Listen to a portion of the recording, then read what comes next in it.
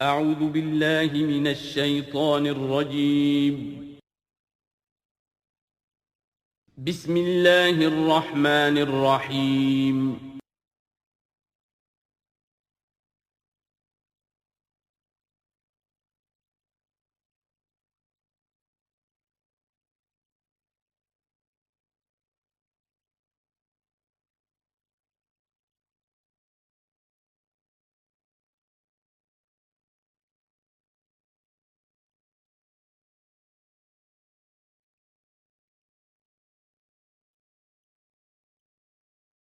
نحمده ونصلي على رسوله الكريم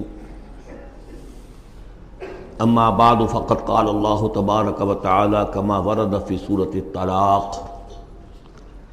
اعوذ بالله من الشيطان الرجيم بسم الله الرحمن الرحيم يا ايها النبي اذا طلقتم النساء فطلقوهن لعدتهن واحصوا العدة واتقوا الله ربكم لا تخرجوهن من بيوتهن ولا يخرجن الا ان یاتین بفاحشۃ مبینہ وتلک حدود اللہ ومن یتعد حدود اللہ فقد ظلم نفسہ لا تدری لعل اللہ یحدث بعد ذلک امرا صدق اللہ العظیم۔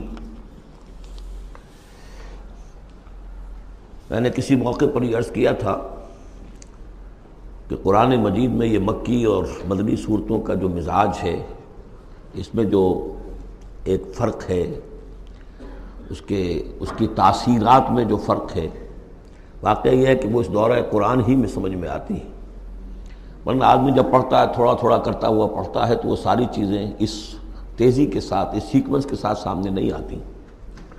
بہرحال مکی قرآن کی اپنی ایک شان ہے، مدنی صورتوں کا اپنا ایک رنگ ہے، جس کو میں نے تعبیر کیا تھا کہ دو جنتیں ہیں قرآن میں، جنتان، ایک مکی جنت ہے، ایک مدنی جنت ہے، تو ہم مدنی جنت کی سیر کر رہے ہیں۔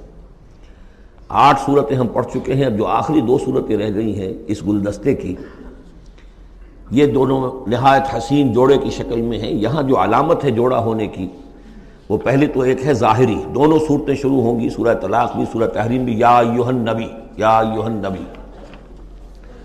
دوسری یہ کہ دونوں کا موضوع جو ہے وہ اسلام کا معاشرتی نظام ہے۔ اسلام کا معاشرتی نظام اور خاص طور پر آئلی نظام، آپ کو معلوم ہے اس کی اتنی اہمیت ہے کہ سورہ بقرہ سے بات شروع ہوئی، 4 رکوع وہاں پر مفصل انہی موضوعات پر آئے، پھر سورہ نساء میں مفصل بحثیں آئیں، پھر یہ کہ سورہ نور میں، سورہ احزاب میں، پھر مجادلہ میں ہم نے دیکھا کہ ایک مسئلہ آ گیا زہار کا، اور اب یہاں پر 2 صورتیں مکمل آ رہی ہیں اس 10 صورتوں کے مجموعے میں بھی۔ تو اس سے اندازہ ہونا چاہیے کہ اس آئلی قوانین کا اور معاشرتی جو ویلیوز ہیں اسلام کی، ان کی کتنی اہمیت ہے اللہ تعالیٰ کے نزدیک۔ ان میں جو 2 جوڑے کے جو یہ 2 فرد ہیں، تو گھریلو زندگی میں 2 امکانی صورتیں پیدا ہوتی ہیں۔ ایک تو معتدل تو یہ ہے کہ جو اللہ کے حقوق ہیں ان کو فائق رکھا جائے، اس کے نیچے جو اللہ نے حق شوہر پر بیوی کا رکھا ہے وہ بیوی ادا کرے، جو بیوی پر شوہر کا حق ہے، جو فرض ہے وہ شوہر جو ادا کرے۔ تو یہ فرائض اور حقوق کا ایک توازن ہے جو اللہ تعالیٰ نے قائم کیا ہے۔ اگر یہ توازن خوبصورتی سے چل رہا ہے، حدود اللہ جو ہیں وہ ٹوٹ نہیں رہی ہیں، کہیں اس میں کوئی رخنا پیدا نہیں ہو رہا ہے، شوہر بھی بیوی بھی اپنے فرائض دینی کو ادا کرنے میں لگے ہوئے ہیں، چاہے ان میں ہائر لیول پر جا کر تھوڑا سا فرق ہو جاتا ہے، جو عام زندگی ہے اس میں کوئی فرق نہیں ہے، نماز عورت کو بھی پڑھنی ہے، مرد کو بھی پڑھنی ہے، زکوٰۃ مرد کو بھی دینی ہے، عورت کو بھی دینی ہے، روزہ عورت کو بھی رکھنا ہے، مرد کو بھی رکھنا ہے، حج جو ہے وہ فرض ہے۔ اس کے بعد دعوت و تبلیغ میں آگے تھوڑا سا فرق ہو جائے گا کہ عورتوں کا دائرہ محدود ہو جائے گا، وہ مردوں میں جا کے دعوت و تبلیغ نہیں کریں گی، خواتین میں کریں یا اپنے محرم مردوں میں کریں، لیکن فرضیت قائم رہتی ہے۔ اور اس سے اوپر جا کر تیسرے لیول پر اور ذرا بالواسطہ ان کا معاملہ ہو جاتا ہے، مردوں کے ذریعے سے وہ اقامت دین کی جو میدان کے اندر معاملے ہیں، جنگیں ہیں اور میدان میں جا کر مقابلے ہیں، وہاں ان کا جو رول ہے وہ بالواسطہ ہو جائے گا۔ ان کے بیٹے، ان کے بھائی، ان کے شوہروں کو زیادہ سے زیادہ وہ آزادی دیں، انہیں ریلیو کریں اپنے بوجھ سے، اولاد کی پرورش کا بھی سارا بوجھ اپنے اوپر لے لیں، شوہر کا حصہ جو ہے وہ بھی خود ادا کریں تاکہ شوہر یکسو ہو کر اپنا زیادہ سے زیادہ وقت جو ہے اقامت دین کی جد و جہد میں لگا سکے۔ تو یہ تو ہے نارمل جو چاہیے۔ اب اب نارملٹی یا ادھر ہوگی یا ادھر ہوگی۔ ایک طرف کو ہوئی، فرض کیجئے لیفٹ کی طرف ہو گئی، اس کی معنی کیا ہے کہ مزاج نہیں مل رہا، ہر وقت کی چک چک ہے، خام خواہ جو ہے گھر جو ہے اس کے اندر اختلاف ہی اختلاف ہے، ہر وقت کی لڑائی چل رہی ہے، تو اس میں اس سے بہتر ہے طلاق ہو جائے۔ وہ ہے طلاق، سورہ طلاق، کہ خام خواہ اس قسم کے مسئلوں میں، لیکن یہ کہ طلاق جو آخری شکل ہے اس کے کچھ حدود ہیں، قیود ہیں، ضوابط ہیں، قواعد ہیں، قوانین ہیں، ان کی پوری پابندی ہو۔ جیسا کہ سورہ نساء میں ہم دیکھ چکے ہیں کہ اگر وہ علیحدہ ہو جائیں تو اللہ دونوں کو غنی کر دے گا، اس کو بھی اور اس کو بھی، اس کے لیے بھی کوئی بہتر، شوہر کے لیے بہتر کوئی بیوی عطا کر دے گا اور اس بیوی کو کوئی شوہر بہتر عطا کر دے گا۔ ایک دوسری انتہا یہ ہوتی ہے کہ شوہر اپنی بیویوں کی اتنی دلجوئی کرے، اتنی ان کی جو ہے پیمپرنگ جس کو کہتے ہیں کرے، کہ اس میں حدود اللہ بھی ختم ہو جائیں، شریعت کے تقاضے بھی ختم ہو جائیں، شریعت کے احکام بھی کہیں جو ہیں پامال ہو جائیں۔ سب سے بڑھ کر یہ کہ جو اپنے فرائض ہیں، دعوت و اقامت دین کی جد و جہد کو ان کو وہ ادا نہ کر سکے، تو اہل و عیال کا اتنا لحاظ، یہ غلط ہے۔ تو دو انتہاؤں کو یہاں پر لیا گیا ہے۔ پہلی انتہا میں بھی بات کی گئی حضور سے، دوسری میں بھی، اگرچہ پہلے کا سوال حضور کے لیے ہے ہی نہیں، حضور نے نہ کوئی طلاق دی نہ آپ کو طلاق دینے کی اجازت تھی، اس لیے کہ آپ کی ازواج مطہرات جو ہیں وہ تو امت کے لیے ماؤں کی حیثیت سے ہیں، اور سورہ احزاب میں ہم پڑھ چکے ہیں کہ وہ کسی اور سے بعد میں نکاح نہیں کر سکتی تھیں، تو طلاق دینے کا سوال نہیں، اسی لیے آپ کو 4 کی جو وہ حد ہے، لمٹ ہے، اس سے بھی آگے بڑھ کر مزید نکاح کرنے کی اجازت دی گئی تھی۔ بہرحال یہ رب دیکھ لیجئے گا۔ اب آ کے ہم چلتے ہیں، وقت کی کمی کے پیش نظر زیادہ تمہید میں وقت نہیں لینا چاہتا۔ ان صورتوں پر میرے بڑے مفصل دروس موجود ہیں، وہ آپ دیکھ سکتے ہیں۔ یا ایھا النبی اذا طلقتم النساء فطلقوہن لعدتہن، اے نبی جب آپ لوگ اپنی عورتوں کو طلاق دیں، اب دیکھیے یا ایھا النبی واحد، طلقتم النساء فوراً جمع کا صیغہ، اس لیے کہ حضور سے تو یہ متعلق ہی نہیں ہے۔ حضور کو تو مسلمانوں کے نمائندے کی حیثیت سے اور معلم کی حیثیت سے اور ہادی کی حیثیت سے خطاب کیا گیا، اصل میں مسلمانوں سے ہے کہ جب تم طلاق دو اپنی بیویوں کو فطلقوہن لعدتہن، تو ان کی عدت کے حساب سے طلاق دو۔ عدت جو ہے وہ ایک تو یہ کہ طہر میں طلاق دی جائے، حیض کی حالت میں نہ ہو، اور پھر یہ ہے کہ اگر دینی ہی ہے تو پھر اس کے بعد بھی جو طلاق دی جائے وہ بھی پھر طہر کی حالت میں دی جائے۔ اس طریقے سے جو بھی قوانین ہیں، وَأَحْصُوا الْعِدَّةَ، عدت کا پورا لحاظ رکھو۔ وہ عدت اس طریقے سے بھی ہے کہ مطلقہ جو ہے جو عدت اس کی ہوگی اس کے اندر وہ کوئی اور شادی نہیں کر سکتی، البتہ عدت پوری کرنے کے بعد وہ آزاد ہوگی۔ عدت اس اعتبار سے بھی ہے کہ اگر طلاق رجعی ہے تو وہ اسی عدت کے اندر شوہر واپس اپنی بیوی کو لوٹا سکتا ہے، اور اگر وہ 1 یا 2 طلاقیں تھیں، طلاق بائن ہو گئی ہے، ان کے درمیان سیپریشن ہو چکی ہے، تب بھی وہ بغیر کسی اور حلالے وغیرہ جس کو ہمارے ہاں کہتے ہیں کہ عورت کے لیے ضروری نہیں ہے کہ وہ کسی اور سے نکاح کرے پھر وہ طلاق دے تو سابق شوہر سے اس کا نکاح ہو، بلکہ یہ کہ وہ دوبارہ نکاح کر سکتے ہیں اگر صرف 2 طلاقوں کے بعد عدت ختم ہوئی تھی۔ تو یہ تمام قواعد و ضوابط ہیں۔ واتقوا اللہ ربکم، اور اللہ کا تقوی اختیار کرو جو تمہارا رب ہے۔ لا تخرجوہن من بیوتہن، انہیں مت نکال باہر کرو ان کے گھروں سے کہ بس غصے میں آئے ہوئے ابھی طلاق بھی نکل جاؤ میرے گھر سے، یہ نہیں، یہ قطعی غلط بات ہے۔ اس کی عدت ہے اور اس عدت کے اندر وہ تمہارے ہاں رہ سکتی ہے، تمہیں رکھنا ہے اسے اپنے ہاں۔ ولا یخرجن، وہ خود بھی نہ نکلے، الا ان یاتین بفاحشۃ مبینہ، البتہ اگر کوئی کھلی بے حیائی کی بات ہوئی ہے، کوئی بدکاری کی ہے عورت نے، وہ معاملہ اور ہو سکتا ہے کہ اس میں کوئی سختی کی جائے، عام حالات میں نہیں۔ وتلک حدود اللہ، یہ اللہ کے حدود ہیں۔ ومن یتعد حدود اللہ، اور جو اللہ کی حدود سے تجاوز کرے گا، فقد ظلم نفسہ، تو اس نے تو اپنے اوپر بڑا ظلم کیا۔ لا تدری لعل اللہ یحدث بعد ذلک امرا، تمہیں نہیں معلوم کہ شاید اس کے بعد اللہ تعالیٰ کوئی نئی صورت پیدا کر دے۔ غصے میں آ کے ایک طلاق دی، بیوی ابھی عدت کے اندر گھر ہی میں ہے، ہو سکتا ہے کہ وہ غصہ ختم ہو جائے، اسی میں ایک ہی طلاق دی تھی رجوع کر لیا جائے، اللہ تعالیٰ کیا پتہ ہے، اور کوئی حالات ایسے پیدا ہو جائیں، نئی صورت پیدا ہو جائے کہ اس سے آگے بات بگڑے ہی نہ۔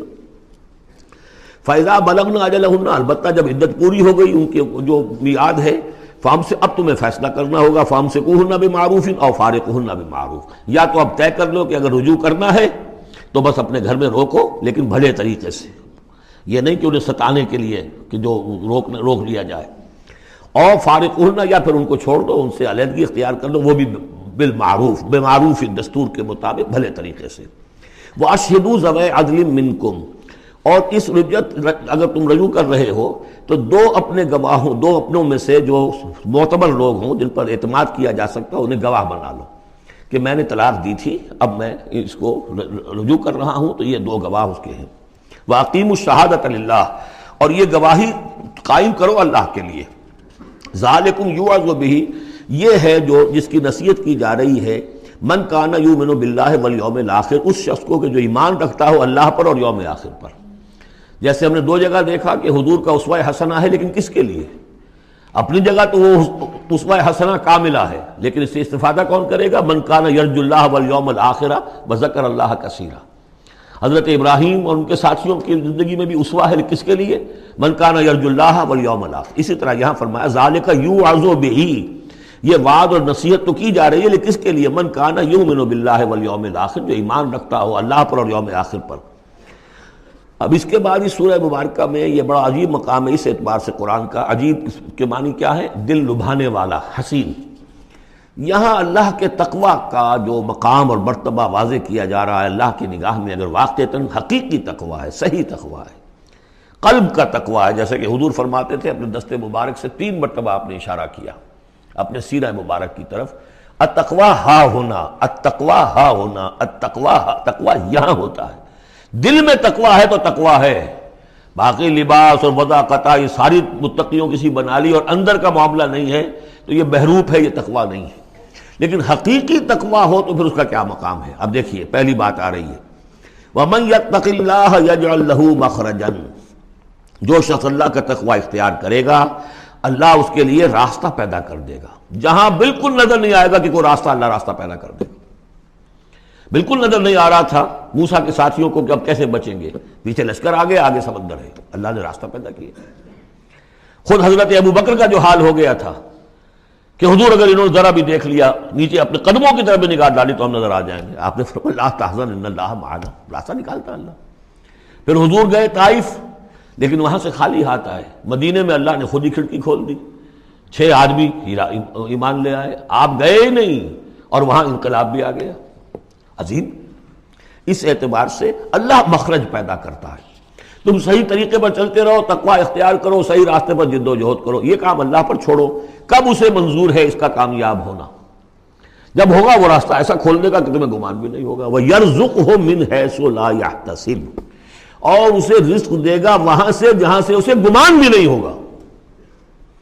اقامت دین کی جد و جہد ہو، غلبہ دین کی جد و جہد ہو، اپنے آپ کو اجن صلاتی و نسکی و محیایا و مماتی اس کا فیصلہ کرنا ہو تو سب سے بڑی رکاوٹ آتی، کھائیں گے کیا؟ تو اللہ تو کہتا ہے رازق میں ہوں، ہے ایمان اور یقین اس پر، کر کے دیکھو تو صحیح، اس پر اعتماد تو کرو۔ لیکن یہ کہ اس پر اعتماد کرنا، توکل، بڑی مشکل بات ہے۔ وہ تو جتنا ایمان ہوگا اتنا ہی اعتماد ہوگا، اور گہرا ایمان ہوگا گہرا اعتماد ہوگا۔ وَمَن يَتَّقِ اللَّهَ يَجْعَلْ لَهُ مَخْرَجًا وَيَرْزُقْهُ مِنْ حَيْثُ لَا يَحْتَسِبُ وَمَن يَتَوَکَّلْ عَلَى اللَّهِ فَهُوَ حَسْبُهُ، یہ تو ابھی تقوی والے کی بات ہے کہ وہ وہاں سے رزق دے گا جہاں سے اسے ملے گا بھی نہیں، اور جس نے اللہ پر توکل کر لیا تو وہ اس کے لیے بہت کافی ہو جائے گا۔ توکل کر کے تو دیکھو، حسبہ، وہ اس کے لیے کافی ہے۔ یہاں تک فرمایا ہے حدیث میں، من کان فی حاجت اخیہ کان اللہ فی حاجتہ، اگر کوئی مسلمان اپنے کسی بھائی کی ضرورت پوری کرنے میں لگ رہا ہے، اپنا وقت صرف کر رہا ہے، اللہ اس کی ضرورت پوری کرنی شروع کر دیتا ہے۔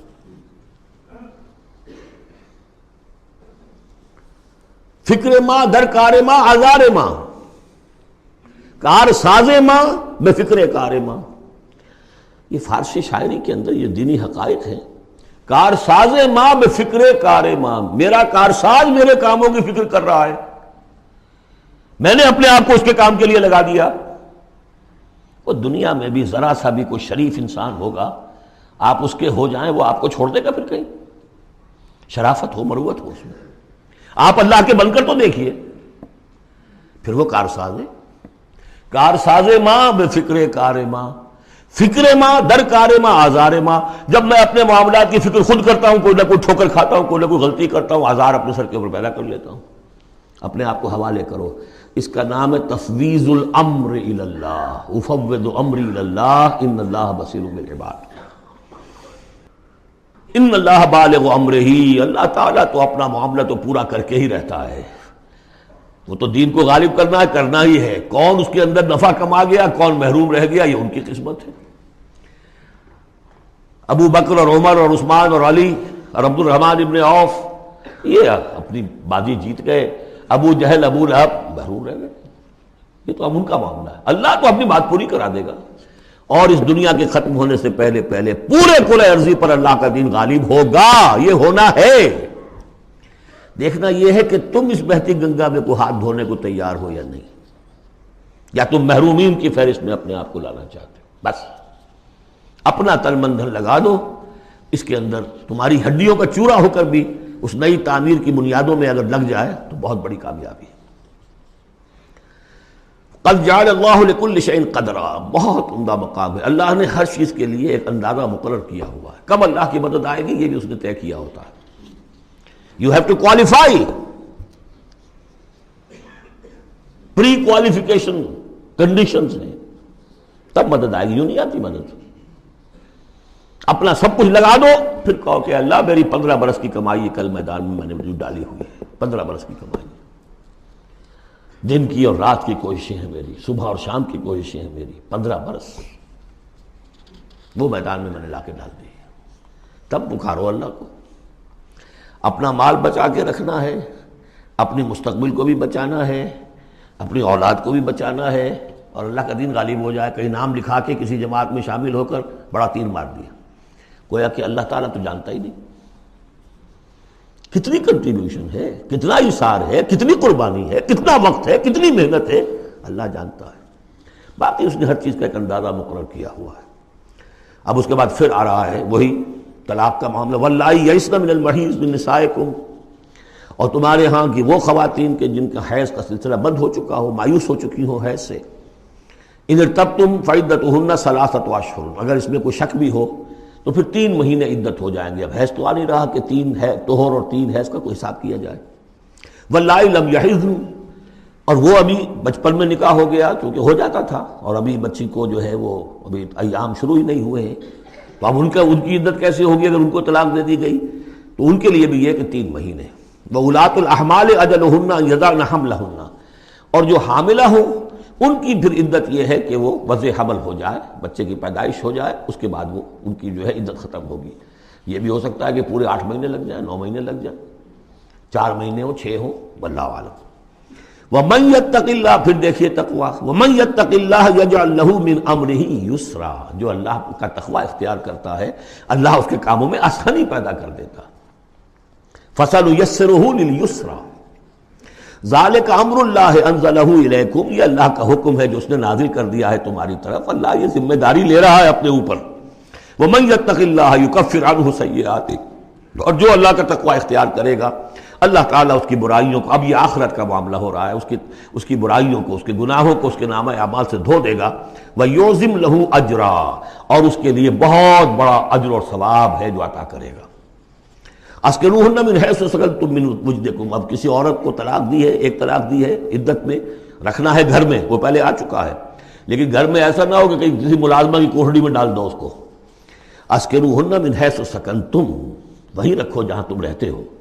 من وجدکم، جو بھی تمہاری جو مقدور ہے اس کے مطابق، اسی سٹیٹس کے ساتھ.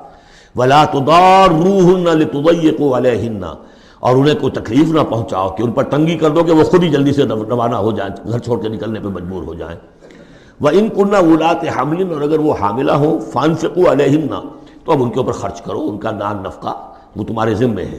حَتَّى يَضَعْنَ حَمْلَهُنَّ، یہاں تک کہ پھر وہ واضح حمل سے فارغ ہو جائیں. فَإِنْ أَرْضَعْنَ لَكُمْ، پھر اگر وہ تمہارے لیے، تمہارے بچہ تو تمہارا ہے، اس کو اگر دودھ پلاتی ہیں، فَآتُوهُنَّ أُجُورَهُنَّ، تو انہیں ان کا اجر اور ان کا بدلہ عطا کرو. وَاعْتَبِرُوا بَيْنَكُمْ بِمَعْرُوفٍ، اور آپس میں مشورہ کر لیا کرو بڑے بھلے طریقے سے. اگر طلاق بھی ہو گئی کوئی بات نہیں، انسان تو ہے نا، انسانی سطح پر، اب شوہر بیوی نہیں رہے لیکن انسان تو ہے، انسانی سطح کے اوپر بات کر لی جائے.